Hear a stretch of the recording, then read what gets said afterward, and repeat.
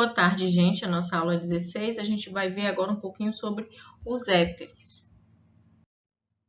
Os éteres, eles são representados dessa forma, ROR, significando o quê? Que eu preciso ter ligado a esse oxigênio dois carbonos, né? Podendo ser esses carbonos aqui um grupo alquila, né? Como aqui os dois CH3, podendo ser um grupo arila, como eu tenho aqui esses dois anéis, né? Como pode ser também dois grupos vinilas, tá? Então, que são essas ligações duplas aqui. Então, os éteres, eles vão ter substâncias que possuem um átomo de oxigênio ligado a dois grupos, né?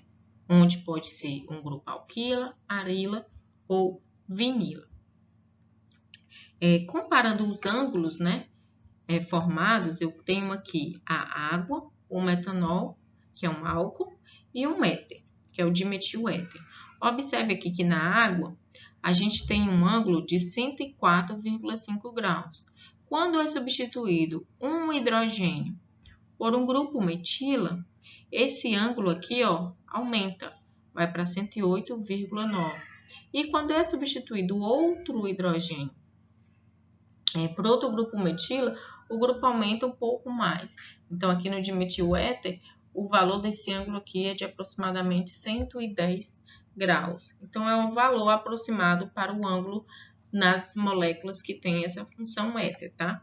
Observe que o tamanho da ligação aqui, ó, é semelhante ao álcool.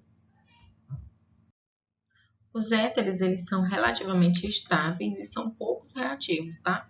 Apesar de que alguns éteres são capazes de reagir lentamente com o ar e formar alguns peróxidos. Eles são líquidos, né? São líquidos à temperatura ambiente e são voláteis. A classificação do éteres em relação a essa cadeia carbônica pode ser da seguinte forma. Eles são classificados em acíclicos, quando a cadeia é aberta, ou cíclicos, quando a gente tem uma cadeia fechada. Quando eles são acíclicos, eles podem ser simétricos, né? Tendo grupos semelhantes, né? Aqui de um lado e do outro do oxigênio. No caso aqui eu tenho uma metila e outra metila. Ou pode ser não simétricos, chamados de assimétricos, onde aqui eu tenho grupos distintos. Olha, eu tenho uma metila de um lado e uma metila do outro lado. Já nos éteres cíclicos, a gente observa aqui, ó, que o oxigênio faz parte do anel, né? Ó, é contado como um grupo aqui do anel. Então, aqui eu posso contar que eu tenho um anel de 4 membros. Um oxigênio, 2, 3, 4, mais 3 carbonos. Então, aqui o oxigênio faz parte do anel. Então, eu posso ter aqui desde anéis, anel de 3 membros, que é o menor possível, até anel de muitos membros, né? Aqui eu tenho um exemplo até de 6, mas é possível sim anéis de mais membros para os éteres. Os éteres, eles são considerados compostos polares, né? Porque eles têm aqui, ó, esse momento dipolar entre carbono e oxigênio. Você observa aqui o carbono parcialmente positivo, o oxigênio parcialmente negativo, porque ele é mais eletronegativo. Então, quando eu comparo, por exemplo, a polaridade entre a água, o etanol e o éter dimetílico, né? Eu observo o etanol tem uma polaridade de 1,7, né? Momento dipolo 1,7 e o éter 1,3. Então, é uma polaridade inferior à do álcool e à da água, mas é sim comparado polar quando se você comparado a um alcano. Né? Se você comparar aqui ó, o alcano com 3 carbonos, a polaridade é 0,1. Então, o éter com 2 carbonos tem a polaridade de 1,3. Então, são aceitadores de ponte de hidrogênio. Então, esse oxigênio aqui do éter, né? Ó, esse aqui em vermelho, ó, do éter, é capaz de interagir por ligação, ponte de hidrogênio aqui, ó, com o hidrogênio da água, aceitando esse hidrogênio. Aqui, ó, aceita, então ele é um aceitador de ponte de hidrogênio, ligação de hidrogênio, e os pontos de fusão e de ebulição são menores do que os álcoois. Então, vamos comparar aqui os pontos de ebulição do álcool com o do éter, ó. Então, o álcool tem o álcool com 4 carbonos, é o N-butanol. Comparado aqui com o éter, também 4 carbonos, tá? Então, eles têm o mesmo peso molecular, sendo que o ponto de ebulição do butanol, do álcool, é 118 e o do éter é 35. Semelhante aqui do alcano com 5 átomos de carbono. Os éteres, eles são muito utilizados em laboratórios, são utilizados para reações químicas, sínteses orgânicas, também são utilizados como solventes, mas também estão presentes na natureza, tá? E eu trouxe aqui alguns compostos. Então, a gente tem aqui o hormônio, que é a melatonina, que é o conhecido hormônio do sono, né? E você consegue observar que a função éter é ligado aqui a um anel, né? Um anel aromático, e aqui a uma metilo. Na morfina, né, que é um analgésico, você já consegue observar aqui um éter cíclico, né, formando um anel aqui de 5 membros, 4 carbonos e um oxigênio. Na vitamina E, você tem aqui um éter cíclico também, formando aqui um anel de 6 membros. Aqui você tem a fluoxetina, que é antidepressivo, que também forma um éter, né, ó, ligado aqui a um anel, e aqui é um carbono secundário. Aqui você tem outro éter, ó, que é no tamoxifeno, que é um anticancerígeno, né, um citotóxico, não sei se pode ser chamado assim. E aqui você tem propanolol, que é um medicamento utilizado para pressão arterial, né. Você observa aqui o oxigênio ligado ao anel, e aqui é um carbono saturado.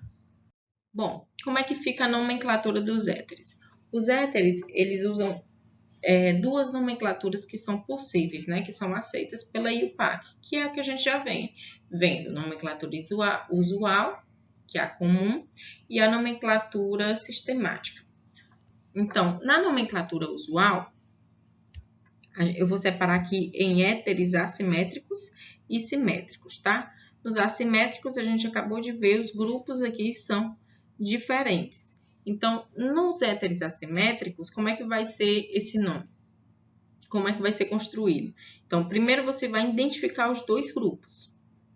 Então, aqui eu consigo identificar um grupo com 2 carbonos, né? Então, como é o nome desse grupo aqui, a gente já conheceu como etil.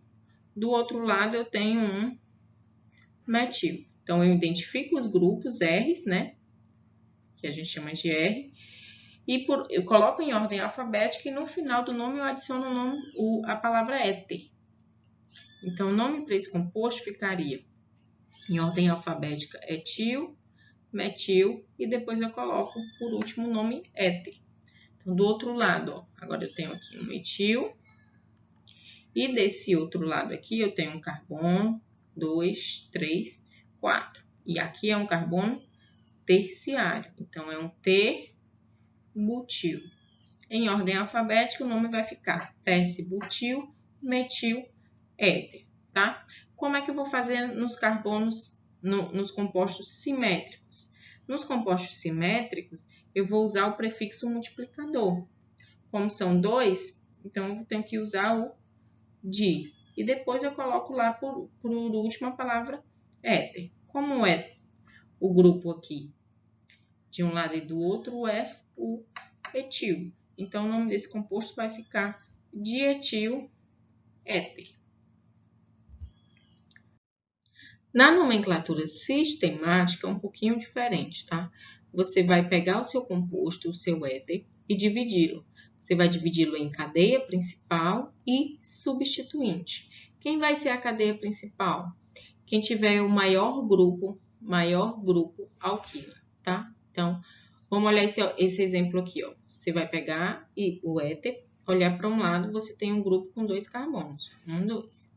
Do outro lado tem 1, 2, 3, 4, 5. Do outro lado tem 5 carbonos. Então, quem tem 5 carbonos vai ser considerada a cadeia principal. Então, eu vou numerar 1, 2, 3, 4, 5. Essa aqui é a minha cadeia principal.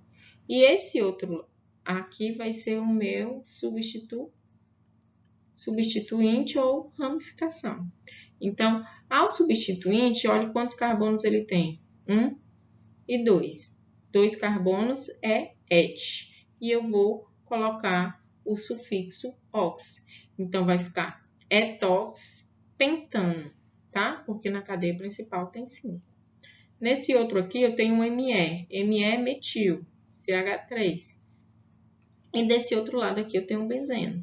Então, quem é maior? Maior é o benzeno, que tem aqui 6 átomos de carbono. Então, esse aqui vai ser a minha cadeia principal. E aí, então, eu vou chamar de metox, porque met só tem um carbono, benzeno. Então, vamos fazer aqui, dar nome a alguns compostos para a gente entender um pouquinho mais da nomenclatura sistemática, tá?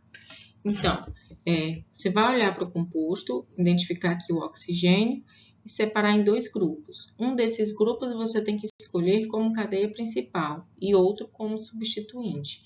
Quem você vai escolher como cadeia principal é o grupo maior. Então, você tem aqui um grupo com 2 carbonos desse lado só tem 1.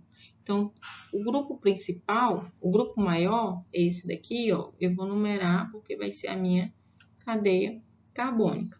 Então, a cadeia carbônica com 2 carbonos e é um hidrocarboneto, a gente chama de etano. Do outro lado, eu tenho apenas um carbono. Então, um carbono é met e eu tenho que usar o sufixo ox, vai ficar metox. Então, o nome desse composto ficaria metoxetano, certo?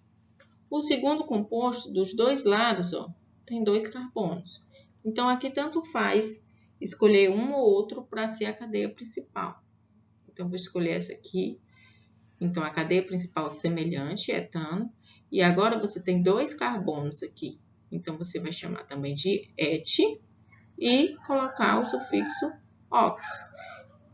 Vai ficar etoxetano. Para esse terceiro composto, você tem claramente uma cadeia maior aqui desse lado. 1, 2, 3, 4. Com 4 carbonos. E aqui, agora, como a minha cadeia é grande, esse meu substituinte poderia estar no carbono 1, mas também poderia estar aqui, ó, no carbono 2. Então, é importante agora numerar a cadeia carbônica, numerar a posição do substituinte. Então, o substituinte é metox, que tem um carbono aqui, está no carbono 1. Então, eu vou chamar de 1-metox-butano. Nesse segundo exemplo aqui, 1, 2, 3, 4, 5.